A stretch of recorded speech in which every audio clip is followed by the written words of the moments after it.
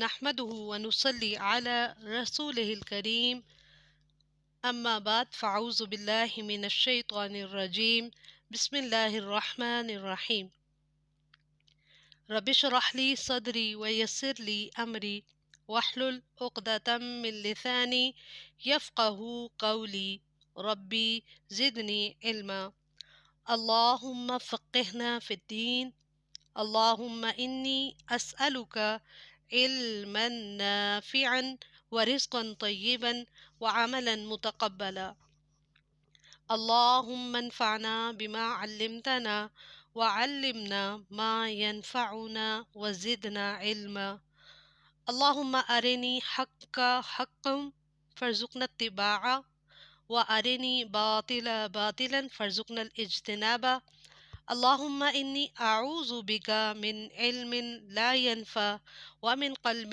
لا يخشى ومن نفس لا تشبع ومن دعوة لا يستجاب لها السلام علیکم ورحمۃ اللہ وبرکاتہ۔ امید ہے آپ سب صحت، عافیت اور ایمان کی بہترین حالت میں ہوں گے۔ اللہ تعالیٰ ہمیں بہترین قرآن پڑھنے، اس کو سمجھنے اور اس پر عمل کرنے کی توفیق عطا فرمائے، آمین یا رب العالمین۔ سورۃ آل عمران، کل سے ہم اس کی ابتدا کر چکے ہیں۔ آج انشاءاللہ سورۃ آل عمران کے، جیسے کہ کل ہم نے ذکر کیا تھا کہ 200 آیات پر مشتمل یہ صورت دو مرکزی مضامین پر میں تقسیم کی گئی ہے۔ پہلا اس کا حصہ اہل کتاب سے متعلق احکامات پر ہے، اور پھر دوسرا جو ہے امت مسلمہ سے متعلق ہے۔ اہل کتاب سے متعلق جو چیزیں ذکر کی گئی تھیں، یعنی عیسائیوں سے، وہ کل ہم نے 3 سے 4 پیراگراف پر مکمل ہم نے ان چیزوں کو پڑھ لیا۔ آج انشاءاللہ آخری 3 پیراگراف یعنی سورۃ آل عمران کا دوسرا حصہ ہم پڑھیں گے، جہاں پر تمام چیزیں امت مسلمہ کو مخاطب کر کے واضح کی جائیں گی۔ 3 پیراگراف پر مشتمل یہ سورہ آل عمران کا حصہ ہے۔ آیت نمبر 102 سے لے کر 200 تک، تقریباً 100 آیات بنتی ہیں۔ آیت نمبر 102 سے لے کر 120 تک 5واں پیراگراف سورۃ آل عمران کا بنتا ہے، اور اس میں تقوی کا حکم ہے۔ مسلمانوں کو تنظیمی طور پر، یعنی اجتماعی طور پر تنظیم، ایک ڈسپلن دیا اللہ تعالیٰ نے، ہدایت دی کہ وہ سب کے سب تقوی اختیار کریں۔ مسلمانوں کو اللہ تعالیٰ کا ایسا تقوی اختیار کرنا چاہیے جیسے اللہ کا حق ہے۔ یعنی اللہ تعالیٰ کا کیا حق ہے؟ وَاعْتَصِمُوا بِحَبْلِ اللَّهِ جَمِيعًا، سب کے سب مل کر اللہ کی رسی کو مضبوطی سے پکڑے، دین اسلام پر مضبوطی سے عمل پیرا ہو، دین اسلام کے اندر پوری طرح داخل ہو کر اس کے احکامات پر عمل کریں۔ پھر اس کے بعد مسلمانوں کے اندر ایک ایسی جماعت ہونے کی تلقین کی گئی کہ جو نیکی کی طرف بلائے، یعنی امر بالمعروف والنہی عن المنکر کا فریضہ انجام دیتی رہے، بھلائی کا حکم دے اور برائی سے روکے۔ دعوت اور تبلیغ ایک اجتماعی فریضہ ہے، یہ کسی ایک سلیکٹو قوم یا ایک فرقے یا گروہ پہ نہیں ہے، بلکہ ہم میں سے ہر کوئی چلتا پھرتا مبلغ ہے۔ امت مسلمہ خیر امت ہے، اس کا نصب العین، اس کا کیا فریضہ ہے؟ الامر بالمعروف والنہی عن المنکر۔ امت مسلمہ کو میدان میں اس لیے لایا گیا، کون سا میدان؟ یہ دنیا کا جو میدان ہے، کہ وہ دوسرے انسانوں تک اسلام کا پیغام پہنچائیں۔ ہم نے پچھلی صورت میں، سورۃ البقرہ میں کے مرکزی مضمون میں دیکھا تھا کہ اللہ تبارک و تعالیٰ نے بنی اسرائیل سے منصب لے کر بنی اسماعیل یعنی یہود سے مسلمانوں کو منتقل کیا، اور اس کے اسباب ذکر کیے۔ انہوں نے اللہ تعالیٰ کے دین، جو کہ تورات کی صورت میں ان کو احکامات دیے گئے تھے، ان کی قدردانی نہیں کی۔ قدردانی کرنے کا یہ بات نہیں ہے کہ ہم کتاب کی عزت نہیں کرتے، مطلب یہ ہوتا ہے کہ اس کے احکامات کو اپنی زندگی پر لاگو نہیں کرتے۔ جو چیز اچھی لگتی ہے، آسان لگتی ہے، اس کو لے لیتے ہیں۔ جو چیز نہیں سمجھ آ رہی ہوتی ہے، ہماری عقل کو نہیں لگ رہی ہوتی، اللہ نے تو کوئی چیز بھی مشکل نہیں بنائی، لا یکلف اللہ نفسا الا وسعها، لیکن ہم اس کو چھوڑ دیتے ہیں۔ اسلام کا میں اللہ تعالیٰ نے کہا داخل ہو جاؤ پورے کے پورے. اب یہاں یہی بتایا کہ امت مسلمہ اجتماعی طور پر خود بھی اصلاح اپنی بھی کرے اور دنیا کو بھی اس چیز کا پیغام دے. اخرجت للناس، اہل کتاب سے کو دین کا پیغام دے، لوگوں کو نکالے برائی سے. اہل کتاب سے درد مندی کا اظہار کیا گیا کہ اگر وہ بھی اسلام لے آئیں تو کتنا اچھا ہو. یعنی دیکھیں ہر کوئی ایک جنت کا سا سما لگتا ہے کہ ہر کوئی اسلام کی بات کر رہا ہے اور ایک اللہ کو ماننے والے ہیں، ایک نبی کی اتباع کرنے والے ہیں، ایک ہی مرکز ہے ہمارا کعبہ، نمازوں کے اوقات میں نمازیں پڑھی جا رہی ہیں. تو آپ سوچیں کہ اجتماعیت کا درس اللہ تعالیٰ نے ہمیں اوور آل دنیا کے لیے دیا ہے، تو ہم تو کیا اپنی اپنی 1.5 انچ کی مسجد بنا کے فرقہ واریت کی طرف چلے گئے. تو اس لیے فرقوں سے نکل کر ہمیں اجتماعیت کی زندگی گزارنی ہے. کامن گراؤنڈز پہ جو ہم سب میں کامن چیزیں اس پہ ایک دوسرے کا احساس کریں، محبت کریں. پھر اس کے بعد اہل کتاب کا شر اور ان کے اندر پوشیدہ خیر کی بھی چند مثالیں. یہ نہیں کہا کہ سارے کے سارے وہ برے ہی ہیں، نہیں، بتایا گیا کہ ان کے اندر خیر موجود تھی. سب کے سب کافر نہیں تھے، سب کے سب وعدہ خلافی کرنے والے نہیں تھے، سب کے سب نافرمان نہیں تھے، ان میں بھی خیر موجود تھی. پھر اس کے بعد اسلامی ریاست کی خارجہ پالیسی واضح کی گئی. مسلمانوں کو واضح کیا گیا کہ تم اہل کتاب سے محبت کرتے ہو، لیکن اہل کتاب کا اندر کا حال اللہ نے کیا بتایا کہ وہ تمہارے خیر خواہ نہیں ہے. اور بتایا گیا کہ کبھی بھی ان کو اپنا رازدان نہ بنانا، یعنی اپنے ملک کی، اپنے اندر کی جو باتیں ہیں وہ کبھی بھی کسی غیر سے نہیں ڈسکس کرنی. تمہارا دشمن تمہاری ان چیزوں کو، تمہاری ان کمزوریوں کو کیا کرے گا؟ تمہارے لیے ہی استعمال کرے گا. اسی لیے وہ کیا کرتے ہیں، کبھی فرقہ واریت کے ذریعے سے، کبھی کس طرح شر اور فتنے پھیلاتے ہیں. پھر اس کے بعد آخر میں اس پیراگراف میں جو 102 سے 120 تک پر مشتمل تھا، اس میں بتایا گیا وَأَن تَصْبِرُوا وَتَتَّقُوا لَا يَضُرَّكُمْ كَيْدُهُمْ شَيْئًا. اگر تم صبر اور تقوی کے ساتھ جمے رہو نا تو کسی کا کوئی شر تمہیں نقصان نہیں پہنچا سکتا. نہ وہ اپنا مطلب اندرونی طور پہ تمہارا کوئی دشمن تمہیں نقصان دے سکتا ہے، اور نہ ہی بیرونی طور پہ. پھر اس کے بعد اس کا چھٹا پیراگراف شروع ہوتا ہے آیت نمبر 121 سے 189 تک. چھٹے پیراگراف میں جنگ احد کی شکست پر تبصرہ کر کے منافقین کے کردار پر تبصرہ کیا گیا. جنگ احد میں 2 گروہوں کی کمزوری کا ذکر کیا گیا. مسلمانوں کی اخلاقی تربیت کی گئی کہ وہ صبر اور تقوی سے کام لیں، سود سے بچیں. سود کا ذکر جنگی حالات میں کیا کیا کیا بتا رہا ہے؟ مطلب انسان مشکل اوقات میں فوراً اس کی یہ کوشش ہوتی ہے کہ میں پہلے اپنے لیے تو سیونگ کر لوں. تو اللہ تبارک و تعالیٰ نے یہاں بتایا کہ جب مشکل وقت ہے تو اس میں جو بھی تمہارے پاس تمہاری ضرورت سے زائد ہے وہ خرچ کرو، خرچ کرو، خرچ کرو. اس کو سود سے بچو. سود کیا ہے؟ پیسے کو بچا لینا، روک لینا.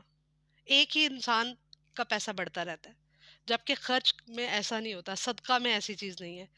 دل کھول کر انفاق کرو، اللہ اور رسول صلی اللہ علیہ وسلم کی اطاعت کرو. انفاق اور جہاد کے ذریعے اللہ کی مغفرت اور جنت حاصل کرنے کے لیے ایک دوسرے سے بازی لے جاؤ. زندگی میں ہمیں کن چیزوں میں آگے بڑھنے کی کوشش کرنی چاہیے؟ سارعوا الی مغفرۃ، اللہ کی مغفرت کو طلب کرنے میں، کہ حصول میں ایک دوسرے سے کو کمپیٹ کرو. کمپٹیشن صرف کون سا اللہ کو پسند ہے؟ کہ اللہ کی مغفرت کے حصول میں، نیکیوں میں آگے بڑھو. فَفِرُّوا إِلَى اللَّهِ فَاسْتَبِقُوا الْخَيْرَاتِ سَارِعُوا إِلَى مَغْفِرَةٍ. ان تمام کلمات سے قرآن کریم میں نیکی کی طرف بھاگنے دوڑنے کے لیے موٹیویٹ کیا گیا. اہل ایمان تنگی اور خوشحالی دونوں حالتوں میں اللہ کی راہ میں خرچ کرتے ہیں. اور ان کی کیا صفات ہوتی ہے؟ یہ غصے کو پی جاتے ہیں. اور ان کی کیا صفات ہے؟ لوگوں کو معاف کر دیتے ہیں، اللہ سے محبت کرتے ہیں. کبھی کچھ فحش کام ہو بھی جائے گناہ کا تو اللہ فوراً اللہ کی طرف رجوع کرتے ہیں اور گناہ پر اڑ نہیں جاتے، اصرار نہیں کرتے، بلکہ اللہ تعالیٰ سے معافی طلب کرتے ہیں، اور انہیں اللہ تبارک و تعالیٰ اس کے بدلے میں مغفرت اور جنت عطا کرے گا. مسلمانوں کو تسلی دی گئی اس صورت میں، ان آیات میں، ایمان کا مظاہرہ اگر وہ کریں گے تو وہی غالب رہیں گے۔ وَأَنْتُمُ الْأَعْلَوْنَ إِن كُنتُم مُؤْمِنِينَ۔ عہد کی شکست کا مقصد واضح کیا گیا کہ اللہ تعالیٰ سچے مومنوں کو چھانٹتا ہے۔ مشکل حالات کیوں آتے ہیں؟ جنگیں کیا ہیں؟ جنگ، زندگی میں کوئی بھی مشکل وقت وہ ایک جنگ کی سی کیفیت ہوتی ہے، فزیکلی، مینٹلی، معاشی، کوئی بھی کسی بھی طرح کے حالات۔ وہ کیا ظاہر اس میں کیا ہوتا ہے کہ اللہ تعالیٰ بندے کو دیکھتا ہے کہ وہ ایمان کے کس لیول پہ کھڑا ہوا ہے، کس قدر وہ اطاعت گزار ہے، کتنا وہ اللہ پہ بھروسہ کرتا ہے، کتنا وہ اپنی سکلز کی طرف دیکھتا ہے۔ تو یہاں یہ بتایا گیا کہ جنگ میں صبر، ثابت قدمی کا اگر مظاہرہ کرو گے تو اللہ تعالیٰ سے تمہارا تعلق مضبوط ہوگا اور اللہ تعالیٰ سچے مومنوں کو کامیابی عطا کرے گا۔ پھر اس کے بعد صحابہ کرام کی تربیت کی گئی کہ رسول اللہ صلی اللہ علیہ وسلم کی موت یا شہادت ہو جائے تب بھی دین اسلام کو چھوڑ کر نہیں جانا۔ یعنی اسلام اللہ تعالیٰ کی طرف سے بھیجا گیا دین ہے، طریقہ ہے، اور پیغمبر یکے بعد دیگرے اللہ تعالیٰ بھیجتے رہے۔ تو ہر انسان دنیا میں آتا ہے اور جانے کے لیے آتا ہے۔ تو اللہ کے نبی خاتم النبیین محمد مصطفیٰ صلی اللہ علیہ وسلم جب احد کی جنگ میں آپ زخمی ہوئے تو اس طرح کی افواہیں پھیلنا شروع ہو گئی تھی کہ آپ کو شہید کر دیا گیا، اور اس سے صحابہ کے قدم ڈگمگا گئے، کمزور پڑ گئے، ان کے حوصلے، اب جن کے ایمان کمزور تھے وہ اور زیادہ کمزور ہو گئے۔ تو یہاں اس چیز پر ان کی کیا کی گئی؟ تربیت کی گئی، مسلمانوں کو خبردار کیا گیا کہ وہ کافروں کی اطاعت کر کے نقصان اٹھائیں گے۔ لہٰذا جو بھی دین کا کام کیا جاتا ہے وہ نبی صلی اللہ علیہ وسلم کی اطاعت میں اور اخلاص، نیت اللہ کی خوشنودی ہوتا ہے۔ طریقہ نبی صلی اللہ علیہ وسلم کا، اور نیت اور اخلاص اللہ کے لیے خالص ہو، وہ عمل قابل قبول ہے، وہی صالح اعمال ہوتے ہیں۔ مسلمانوں کو تسلی دی گئی کہ اللہ ان کا مولا ہے، یعنی سرپرست ہے، اور وہ کافروں کے دلوں پر رعب طاری کر دے گا۔ احد میں مسلمانوں کی شکست کی وجہ بعض لوگوں کی کمزوری، باہمی اختلافات، یعنی جب بھی ہم کمزور پڑتے ہیں، کوئی کام ہم کامیابی سے سر انجام نہیں دے پاتے، تو وہاں اپنے آپ کو چیک اینڈ بیلنس میں لازمی لائے، محاسبہ کرنا چاہیے۔ یہاں اللہ تبارک و تعالیٰ نے یہ جو چیز بتائی ہمیں، یہ حالات بتائے، یہ کس لیے بتائے؟ صرف اس لیے کہ محاسبہ کیا جائے کہ کیا وجوہات تھیں کہ ان جنگ میں یہ ہم نے حالات مسلمانوں نے فیس کیے۔ تو بتایا گیا کمزوری، باہمی اختلافات، مال غنیمت کی محبت، رسول اللہ صلی اللہ علیہ وسلم کی نافرمانی اور دنیا کی طلب۔ پھر اس کے بعد جنگ احد میں منافقین کا کردار اور ان کی طمع، اقتدار، یعنی مرتبہ، جاہ، جو بھی ہے ہمارے پاس ہونا چاہیے، مفاد پرست، کوئی بھی چیز کا عمل کرنا ہے تو یہ سوچ کے کرنا ہے ہمیں کیا فائدہ ہوگا۔ تو منافقین کا یہ جو عمل تھا وہ صرف اور صرف کیا بتایا گیا اللہ تعالیٰ نے کہ وہ جنگ میں ان کی ایک بڑی تعداد شامل ہونے سے ہٹ گئی، جس کی وجہ سے مسلمانوں کے جو کمزور ایمان والے تھے ان کے حوصلے کم ہو گئے، اور پھر اس کے بعد جنہوں نے جنگ کی وہ بہت ہی تھوڑی تعداد میں لوگ تھے، اور جو تھوڑی تعداد میں لوگ وہاں موجود تھے احد کے میدان میں، ان کا بھی ایمان کا سب کا بھی وہ والا لیول نہیں تھا، کچھ کی تربیت ابھی ہونے والی تھی۔ اور وہ تمام چیزیں اللہ تبارک و تعالیٰ نے ہمارے لیے اس لیے واضح کی تاکہ مسلمان زندگی کی اس جنگ میں، یہ جو ہماری زندگی ہے اس کے اندر اگر کامیابی اور دین کا غلبہ چاہتا ہے، چاہے وہ ایک انفرادی طور پر ہمارے گھروں کے مسئلے ہیں، چاہے وہ اجتماعی طور پر ایک سوسائٹی کو ہم نے ٹھیک کرنا ہے، ایک پورے خاندان کو ٹھیک کرنا ہے، تو ہمیں کیسے تربیت کرنی ہے؟ وہ احد کے ان کرداروں سے ہمیں اصلاح وہاں سے ملتی ہے۔ منافقین اپنے آپ کو قیادت کے لیے رسول اللہ صلی اللہ علیہ وسلم سے زیادہ بہتر سمجھتے تھے۔ رسول اللہ صلی اللہ علیہ وسلم کو نرمی، اتنا سب کچھ، مطلب ان کے رویے اللہ تبارک و تعالیٰ ایک ایک قدم پہ بتا رہے ہیں کہ یہ کیسے رویے رکھ رہے ہیں منافقین اور کیا کچھ مسلمانوں کے ساتھ نہیں ہو رہا. لیکن ان تمام چیزوں کے باوجود اللہ تبارک و تعالیٰ ایک لیڈر کی کیا تربیت کر رہے ہیں. ایک اچھا لیڈر کیسا ہوتا ہے؟ پھر بھی وہ نرمی کے ساتھ بات کرتا ہے، باہمی مشاورت کے ساتھ معاملات کرتا ہے، اور بتایا کہ جو ہم زندگی میں کوئی بھی ہم فیصلہ کرنا چاہیں، قدم اٹھانا چاہیں، تو وہ اگر باہمی مشاورت سے کیا جائے اور پھر جب وہ فیصلہ کر لیا جائے تو اس فیصلے پر پورا اللہ تعالیٰ پر بھروسہ کیا جائے، تب اللہ کی محبت کا نزول ہوتا ہے. اللہ اور اس کے دین کی مدد کی صورت میں فتح اور غلبے کی بشارت حاصل ہوتی ہے. منافقین کو رسول اللہ صلی اللہ علیہ وسلم کی اصلی حیثیت کو سمجھنے کی یہاں ہدایت کی گئی. فرمایا گیا آپ صلی اللہ علیہ وسلم معلم ہیں، رسول ہیں اور مربی ہیں. تربیت بھی آپ نے کرنی ہے، سکھانا بھی آپ نے، اور ہدایت کا سر چشمہ بھی آپ ہی ہیں. اللہ تبارک و تعالیٰ نے رسول اللہ صلی اللہ علیہ وسلم کو مبعوث کر کے مومنین پر بہت بڑا احسان کیا ہے. کیا احسان کیا ہے اللہ تعالیٰ نے؟ کیونکہ آپ صلی اللہ علیہ وسلم آسمان کی خبریں ہم تک پہنچاتے تھے. اللہ کو کیا پسند ہے وہ ہمیں آپ کی ذات مبارکہ سے پتہ چلا. تو اس لیے ہمیں جنت میں لے جانے کا ذریعہ تو آپ ہی ہیں، آپ صلی اللہ علیہ وسلم. اسی لیے تو ہمیں بہت زیادہ درود بھیجنے کا حکم دیا گیا ہے. تو فرمایا کہ اللہ نے رسول اللہ صلی اللہ علیہ وسلم کو مبعوث کر کے مومنین پر بہت بڑا احسان کیا ہے. اس کے بعد مومنین کی اس بات کے بعد بتایا گیا کہ منافقین کی چند صفات ہیں. منافقین کون ہوتے ہیں؟ وہ جو ظاہری طور پہ کچھ ہوتے ہیں اور اندرونی طور پہ کچھ ہوتے ہیں. وہ کبھی بھی دوسروں کے خیر خواہ نہیں ہوتے. مسلمانوں کو اللہ تبارک و تعالیٰ نے تلقین کی کہ دنیا کی ظاہری شان و شوکت سے کبھی بھی مرعوب نہیں ہونا، متاثر نہیں ہونا. پھر اس کے بعد بتایا گیا کہ مومن جو ہوتا ہے وہ خرچ کرنے والا ہوتا ہے، انفاق فی سبیل اللہ کرنے والا ہوتا ہے. اور منافق کیسا ہوتا ہے؟ وہ بخل کرنے والا ہوتا ہے. کمپیریزن زندگی میں لوگوں کو سمجھنے کے لیے ہر چیز بہت واضح کر دے گی. پھر بتایا اہل کتاب کے شر اور ان کی اذیتوں کے مقابلے میں صبر اور تقوی کا دامن ہمیشہ تھامے رکھنا. اہل کتاب عہد شکن ہے، یعنی جب کبھی بھی وہ کوئی گناہ کا کام کر لیتے تھے تو اللہ تعالیٰ کی طرف سے ان کو سزا ملتی تھی. تو وہ موسیٰ علیہ السلام سے کہتے تھے کہ موسیٰ اللہ تعالیٰ سے کہو کہ ہماری اس چیز کو ہم پہ ختم کر دے تو ہم اپنی اصلاح کریں گے. تو ان کے وہ اللہ تعالیٰ جو ان کی سزا ہوتی تھی اس کو ختم کر دیتے تھے. لیکن کچھ ہی عرصے بعد وہ پھر سے وہی غلط کام دوبارہ کرنا شروع ہو جاتے تھے. تو اس طرح بتایا گیا کہ یہ عہد شکن لوگ تھے. کون؟ تمام کے تمام کفار. پھر اہل کتاب، یعنی یہ اہل کتاب تھے تورات اور انجیل والے. اور ان کی ایسے لوگ جو اپنے وعدے اللہ تعالیٰ سے کمٹمنٹ کرتے ہیں کہ اللہ تعالیٰ آئندہ ہم یہ کام کریں گے، پھر اس کے بعد کیا کرتے ہیں؟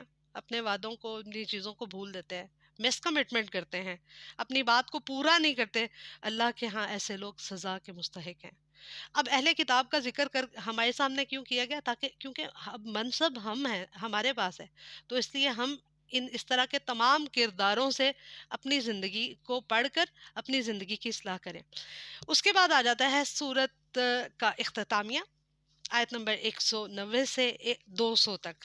یہ آخری پیراگراف ہے سورت آل عمران کا، اور اس میں آپ یہ سمجھیں کہ پوری سورت کا خلاصہ ہے. اس سورت کے اختتامیے میں عقل مندوں کو اسرار کائنات، یعنی کائنات کے جو چھپے ہوئے راز ہیں ان کو پانے کے لیے اللہ تعالیٰ نے آیات کونیہ پر غور کرنے کی دعوت دی. یعنی کائنات پر اگر ہم غور کرتے ہیں، اللہ تعالیٰ آپ نے ایک ہی طرح کا پانی نازل کیا اور پھر اس پانی سے رنگ رنگ کے نباتات، رنگ رنگ کے لوگ، رنگ رنگ کی چیزیں یہ کیسے دنیا میں پھیلا دی. اور پھر انسان اسی طرح دیکھتا ہے ایک والدین کی اولاد، ہر بچے کی تربیت، طبیعت سب دوسرے سے بالکل الگ ہے. اللہ تعالیٰ یہ کیسے ہو جاتا ہے؟ یہ اللہ تعالیٰ کی نشانیاں ہیں. پھر ہر چیز کا جہاں عروج ہے تو پھر اس کا زوال بھی ہے. ہر قوم کو اگر عروج ملا تو اگر اس نے اپنے مرتبے کی، اپنی جاہ کی قدردانی نہیں کی، اللہ تعالیٰ کی اطاعت میں خود کو سپرد نہیں کیا، تو اس کا زوال ہوا۔ تو انسان عقل مندوں، اگر عقل مند ہے تو وہ کائنات پر اللہ تعالیٰ کی آیات کونیہ یعنی کائنات کی چیزوں پر بھی غور کرے گا، اور آیات شرعیہ یعنی قرآن کریم کے جو شرعی احکامات ہیں ان دونوں پر غور و فکر کرے گا، اور تعلق باللہ میں اضافے کے لیے باللہ میں اس کے اضافہ ہوگا، ٹھیک ہے، اسے ہدایت ملے گی، اور اس طرح اس کو معرفت الہی ملے گی۔ معرفت الہی کیا ہے؟ معرفت کیا ہے؟ کسی کی پہچان۔ اللہ تعالیٰ کی پہچان انسان کو تب ملتی ہے جب وہ غور و فکر کرتا ہے۔ ہم دیکھتے ہیں آسمان پر بکھری ہوئی بے شمار اللہ تعالیٰ نے ہمارے لیے چیزیں سبق آموز رکھی ہیں۔ جو انسان سبق حاصل کرنے والے ہوتے ہیں وہ ایک اڑتی ہوئی چڑیا سے بھی بہت بڑا سبق حاصل کر لیتے ہیں۔ اللہ تبارک و تعالیٰ نے کائنات میں جتنی بھی مخلوقات پیدا کی ہیں، جتنی بھی مخلوقات اللہ تعالیٰ نے پیدا کی ہیں، ان تمام مخلوقات کا کوئی نہ کوئی مقصد ہے۔ تو انسان پتہ نہیں ایسا کیوں سوچ لیتا ہے کہ میں کیوں آیا ہوں، میں کیا کروں، مجھے تو نہیں لگتا کہ مجھے کیا کرنا چاہیے۔ تو ہر انسان کے وجود کا کوئی نہ کوئی مقصد ہے، اور اللہ تعالیٰ اس سے کوئی نہ کوئی کام لینا چاہتے ہیں۔ اگر وہ اپنے آپ کو پہچان لے تو وہ مقام حاصل کر لیتا ہے جو کوئی دوسرا نہیں کر پاتا۔ تو انسان کو غور و فکر کرنا چاہیے اللہ تعالیٰ کی کائنات پر۔ اگر وہ عقل مند ہے تو اللہ اس کو اپنی معرفت دے گا، اپنے ساتھ اس کا تعلق مضبوط کرے گا، اور وہ سمجھ بوجھ اس کے مرتبے کو، ایمان کے مرتبے کو، ہدایت کے مرتبے کو بلندی پر لے جائے گی۔ پھر اس کے بعد اس آخری حصے میں رسول اللہ صلی اللہ علیہ وسلم کی آواز پر لبیک کہنے کا حکم دیا گیا، یعنی پکارنے والا پکارتا ہے۔ جو ایمان والے ہیں وہ فوراً اللہ کے حبیب کی آواز پر کیا کہتے ہیں؟ لبیک کہتے ہیں، یعنی جو حکم آیا اس کی بغیر کسی بحث کے، بغیر تعویل کے، بغیر تحریف کے، کسی بھی چیز کے، وہ فوراً کیا کرتے ہیں؟ اس پر عمل پیرا ہو جاتے ہیں۔ پھر اس کے بعد ہر وقت چیزوں کی لاجکس، اور یہ نہیں دیکھتے کہ یہ اگر میں مسواک کروں تو کیوں کروں، اس سے کیا فائدہ ہے، اگر میں کھجور کھاؤں تو کیوں کھاؤں، اس سے کیا فائدہ ہے، وہ یہ نہیں دیکھتے، وہ کہتے ہیں اچھا ایسے سونا ہے، یہ دعائیں پڑھنی ہیں، یہ آداب ہیں، یہ تو ہمارے نبی نے طریقہ بتایا ہے، یہ چیز کھانے میں سنت ہے۔ جیسے کھانے کی چیزیں ہیں، آپ صلی اللہ علیہ وسلم کے معمولات سے کھانے میں، چیزوں میں بہت ساری چیزیں ہمیں سنت سے پتہ چلتی ہیں، تو ہم ہر وقت ان کی لاجکس میں جاتے ہیں۔ اگر ہم اسی محبت میں وہ عمل کریں کہ ہمارے نبی نے کیا ہے، تو ہمیں اس کا ثواب بھی ملے اور اس کی وہ طاقت بھی ملے۔ پھر اس کے بعد فرمایا اگلا والا جو اس کا حصہ ہے سورت کا، آیت آخری پیراگراف کا، اس میں ہجرت، انفاق یعنی خرچ کرنا، جہاد، اور اذیتوں میں یعنی زندگی کے کسی بھی مرحلے میں کیا جو بھی مشکل وقت ہے اس میں ہمیں ثابت قدم رہنا ہے۔ ثابت قدمی بہت بڑا اللہ تعالیٰ نے نا ایک ہتھیار مومن کو دیا ہوا ہے، کہ اگر انسان کسی بھی حالات میں جم جائے نا تو وہ حالات شکست کھا جاتے ہیں اور وہ بندہ جیت جاتا ہے۔ کیوں؟ کیونکہ اس کا اعتماد اللہ تعالیٰ پر بحال ہوتا ہے، اس کا ایمان بڑھتا ہے، وہ اس کی یقین کی کیفیت اللہ تعالیٰ بڑھانا چاہتے ہوتے ہیں۔ تو بتایا کہ جب بھی مشکل وقت آئے، ہجرت کر رہے ہوں، تو کیا جہاد، مشکل وقت میں، اسٹرگل میں، اذیتوں میں ثابت قدمی کا مظاہرہ کرو گے تو تمہیں جنت ملے گی، یعنی ریوارڈ ہی ریوارڈ ہے، not only hereafter and in this world as well. پھر اس کے بعد فرمایا، اللہ تعالیٰ فرماتے ہیں کہ کبھی بھی تمہیں اہل کتاب کا دنیا میں چلنا پھرنا کبھی بھی تمہیں متاثر نہ کرے، یعنی اگر کوئی بہت پیسے والا ہے اور وہ ایک جگہ سے دوسری جگہ ٹریول کرتا ہے، اس کے بزنس ہیں بہت ساری جگہوں پہ، تو یہ چیزیں مومن کے لیے بہت متاثر کن نہیں ہونی چاہیے۔ ہمیں نہیں پتا کہ جو انسان ہمیں بظاہر پیسے والا لگ رہا ہے، اس کا پیسہ، وہ انسان بھی اللہ کے ہاں مرتبے والے ہیں یا نہیں، اس کا پیسہ حلال ہے یا حرام۔ لہٰذا ہر کسی چیز سے ہمیں متاثر ہونے کی ضرورت نہیں ہے، ہمیشہ اللہ تبارک و تعالیٰ سے خیر، بہتری اور حلال کی امید بھی رکھیں اور دعا بھی کریں۔ پھر اہل کتاب میں سے ایمان لا کر مسلمان ہونے والوں کی صفات کا ذکر کیا گیا۔ آخری آیات میں بطور خلاصہ 4 ہدایات کی گئیں جن کے ذریعے سے کافروں پر غلبہ پایا جا سکتا ہے. یعنی اگر ہم چاہتے ہیں کہ ہم ایک مضبوط خاندان، ایک مضبوط مطلب ہمارا ایک گھرانہ ہو. ظاہر ہے گھر مضبوط ہے تو ایک خاندان مضبوط بنے گا، ایک خاندان مضبوط ہے تو ہمارا معاشرے میں ایک کردار ہوگا، سوسائٹی میں مضبوطی آئے گی، اور اسی طرح یہ ایک دائرہ کار وسیع ہوتا ہوتا ایک مضبوط معاشرہ بن جاتا ہے. تو اس کے کچھ ٹولز بتا دیے گئے کہ اگر ہم غلبہ چاہتے ہیں اسپیشلی کافروں پر، اسلام کا غلبہ چاہتے ہیں، تو ہمیں صبر، آپ ایک تو خود صبر کرنا ہے اور دوسرا دوسروں کو بھی ساتھ لے کے چلنا ہے. یہ نہیں کہنا کہ دوسروں کی پرواہ نہیں کرنی ہے، ان کو بھی ثابت قدمی کی تلقین کرنی ہے. اور اس کا ذکر یہاں پہ بھی آیا اور اس کے علاوہ کہاں پہ آتا ہے؟ سورۃ العصر میں. یعنی وہ لوگ لوزر ہیں، نقصان پانے والے ہیں. والعصر ان الانسان لفی خسر، انسان یقیناً خسارے میں ہے جو نہیں کرتا صبر. یعنی الا الذین، سوائے ان لوگوں کے جو ایمان لاتے ہیں، پھر اس کے بعد صالح عمل کرتے ہیں، خود بھی صبر کرتے ہیں اور دوسروں کو بھی صبر کی تلقین کرتے ہیں. ان کے علاوہ تمام لوگ خسارے میں چلے جاتے ہیں. تو یہاں بتایا گیا کہ اگر غلبہ چاہتے ہیں تو خود بھی ثابت قدم رہیں اور اپنے ساتھیوں کو، بیوی ہے تو شوہر کو، شوہر ہے تو بیوی کو، پھر والدین اگر دونوں ہیں تو اپنے بچوں کو، اور پھر ان سے جڑے ہوئے جتنے بھی رشتے ہیں، سب ایک دوسرے کو مصابرت کی یعنی ثابت قدمی کی تلقین کریں. پھر ثابت قدمی کی تلقین کرنے کے ساتھ ساتھ انسان مستقل مزاجی کے ساتھ، مستقل مزاج ہونا چاہیے اور جم کر کام کرنے والا اگر ہوگا تو اس کو زندگی میں ضرور بضرور کامیابی ملے گی. پھر اس کے بعد آخری جو چیز اس کے اندر ہونی چاہیے وہ اس کا ہر انسان کا ایک انٹرنل ہے، وہ ایکشن، وہ کیا ہے؟ تقوی. یعنی اس کے اندر جو بھی کام وہ کرے وہ خوف خدا کی روشنی میں کرے، اللہ کی حدود کی پاسداری کرنے والا ہو. اور پھر اس کے بعد فرمایا گیا یا ایھا الذین آمنوا اصبروا وصابروا ورابطوا واتقوا اللہ لعلکم تفلحون. اے ایمان والو، اگر تم یہ جو ہم نے پیچھے 4 چیزیں پڑھی، صبر کرو گے، آپس میں ایک دوسرے کو صبر کی تلقین کرو گے، جڑے رہو گے، تقوی اختیار کرو گے، تو یہ امید ہے کہ اللہ تمہیں کامیابی عطا کرے گا. اور پھر اس کے بعد یہاں سے ہم یہ بھی سیکھتے ہیں کہ سورۃ البقرہ کا اختتامیہ بھی دعاؤں پہ ہوا تھا. یعنی سورۃ البقرہ میں ہم نے اللہ تعالیٰ سے دعا کی تھی فانصرنا علی القوم الکافرین، اے اللہ کافروں کے مقابلے میں ہماری مدد کر. اللہ تعالیٰ نے کہا مدد کیسے آتی ہے؟ یہ 4 کام کرو گے. یہ 4 ہمیں ٹول بتا دیے، یہ 4 تدبیریں اختیار کرو گے، ہو ہی نہیں سکتا کہ تم لوگ ناکام ہو جاؤ. 4 تدبیریں اختیار کر کے کافروں پر تمہارا غلبہ ہوگا. فانصرنا علی القوم الکافرین. پہلی کیا تھی؟ وہ سورت کا مرکزی مضمون بھی ہے، یعنی پوری سورت انہی 4 باتوں کے ارد گرد گھومتی ہے. نمبر 1، اہل کتاب کو اسلام کی دعوت دیں. پھر اہل کتاب میں موجود خیر کو حاصل کر لیں کسی بھی انسان کے اندر. اگر ہم دیکھیں کہ اس کے اندر یہ اچھا عمل ہے تو ہمیں اس کو اڈاپٹ کر لینا چاہیے. اگر ہمیں پتہ چلے کہ یہ چیز جو ہے میں اس انسان کے ساتھ رہ رہا ہوں لیکن اس کی یہ چیز مجھے پسند نہیں ہے، تو اس کو کبھی بھی اڈاپٹ کرنے کی ضرورت نہیں ہے. ٹھیک ہے، اس چیز سے بچنا ہے اور خیر کو ضرور حاصل کرنا ہے.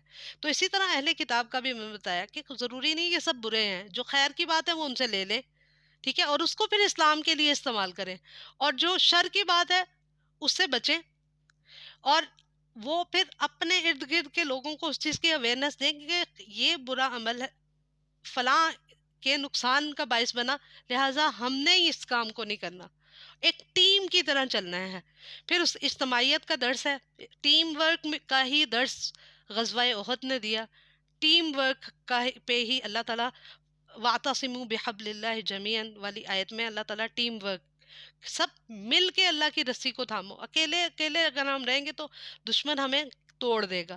امت مسلمہ کی صفوں کے اندر کامل اتحاد اور اتفاق پیدا کیا جائے، تقوی کی بنیاد پر امت مسلمہ کی تنظیم کی جائے. جنگ احد کی شکست کے اسباب کا جائزہ لے کر انسان کو داخلی اور خارجی دونوں طرح کے منافقین سے، یعنی باہر سے کون ہمیں نقصان دے رہا ہے اور اندر سے ہمارے کون سی ایسی عادات ہیں جو ہمیں تکلیف دے کے ہمیں نقصان پہنچا سکتی ہے، جیسے سستی. سستی جو ہے وہ منافقانہ فعل ہے، اور وہ انسان کو کسی قابل کسی کام کا نہیں چھوڑتی، ٹھیک ہے؟ وہ کبھی بھی انسان کو آگے نہیں بڑھنے دیتی۔ ٹال مٹول کرنا، اچھا کر لیتے ہیں، اچھا کر لیتے ہیں، ہمارا کون سا کسی سے مقابلہ ہے؟ تو جو انسان زندگی میں اس طرح کی کیفیات سے گزرتا ہے نا، اس کے لیے زندگی میں آگے بڑھنا بڑا ہی مشکل ہو جاتا ہے۔ مسلمانوں کو جو احکامات دیے گئے سورۃ آل عمران میں، ان کا ہم ایک جائزہ لے لیتے ہیں کہ مسلمانوں کو کیا کہا اللہ تعالیٰ نے؟ نیکی کا حکم دو اور برائی سے روکو۔ یہ مسلمانوں کا اولین فریضہ ہے۔ جو قومیں نیکی کا حکم دینا اور برائی سے روکنا یہ عمل چھوڑ دیتی ہیں، ان کی دعائیں قبول نہیں ہوتی۔ پھر اس کے بعد انفاق اور جہاد کا راستہ اختیار کر کے ہدایت پر چلیں۔ پھر کہا گیا کہ مسلمانوں کو اللہ کی اطاعت اور رسول کی اطاعت کر کے جنت حاصل کرنی ہے، اللہ کی مغفرت حاصل کرنی ہے، نیکی کے کاموں میں بھاگ دوڑ کرو بہت زیادہ۔ پھر بخل سے بچنا ہے اور ہر حال میں خرچ کرنا ہے، اتنا زیادہ خرچ کرنے کی تلقین ہے۔ ثابت قدمی کی بہت تلقین ہے، تقوی کی بہت تلقین کی گئی ہے۔ پھر اس کے بعد اہل کتاب اور مشرکین کی اذیتوں اور تکلیفوں پر کیا رویہ اختیار کرنا ہے؟ مسلمانوں کو اللہ تعالیٰ نے یہاں پہ بھی صبر، ثابت قدم اور تقوی، یہ ہے اصل طریقہ۔ کسی کی بھی طرف سے ملنے والی اذیتوں کو کیسے انسان برداشت کر سکتا ہے؟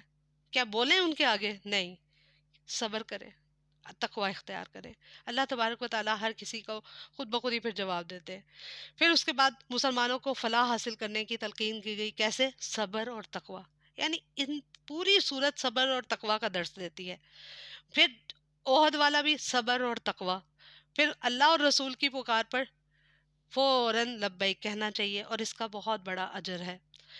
پھر اس کے بعد جہاد کا حکم اس صورت میں دیا گیا، ہجرت کا حکم دیا گیا اس صورت میں، مسلمانوں کو تسلی کہ اللہ تعالیٰ کافروں کے دلوں پر تمہارا رعب کب ڈالے گا؟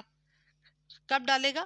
جب تم ایمان کی مضبوطی کے ساتھ جم کر لڑو گے تو اللہ تبارک و تعالیٰ ان کی صفیں کمزور کر دے گا، اور اللہ تعالیٰ اپنا فضل تم پر نازل کرے گا۔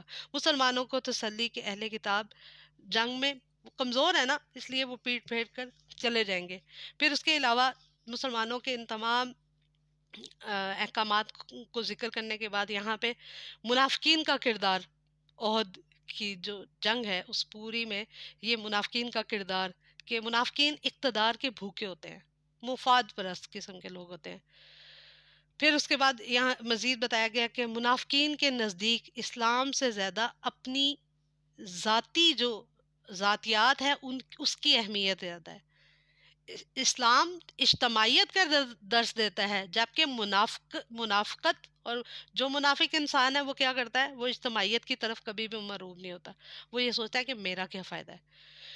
پھر اس کے بعد بتایا کہ منافقین کے سردار کہتے تھے کہ اگر ہماری بات مان لی جائے تو تمہارے لیے دنیا میں بھی خیر ہے اور آخرت میں بھی خیر، مطلب آخرت تو خیر ان کا بلیو ہی نہیں تھا، تو وہ یہ سمجھتے تھے کہ ہماری بات مانی جائے، ہمیں ہی مرتبہ جی ملا جائے۔ اور اللہ تعالیٰ نے ان کے تمام رویوں کو یہاں ظاہر کر کے بتایا کہ ان کے لیے دردناک قسم کا عذاب ہے، اور اپنی بدعمالیوں پر یہ بظاہر ان کو لگ رہا ہے کہ ہم لوگ جو ٹرکس کر رہے ہیں، دھوکہ دے رہے ہیں، اس پہ بڑا خوش ہو رہے ہیں، لیکن ان کے یہ کام ان کے لیے تباہی کے علاوہ کچھ بھی نہیں ہے۔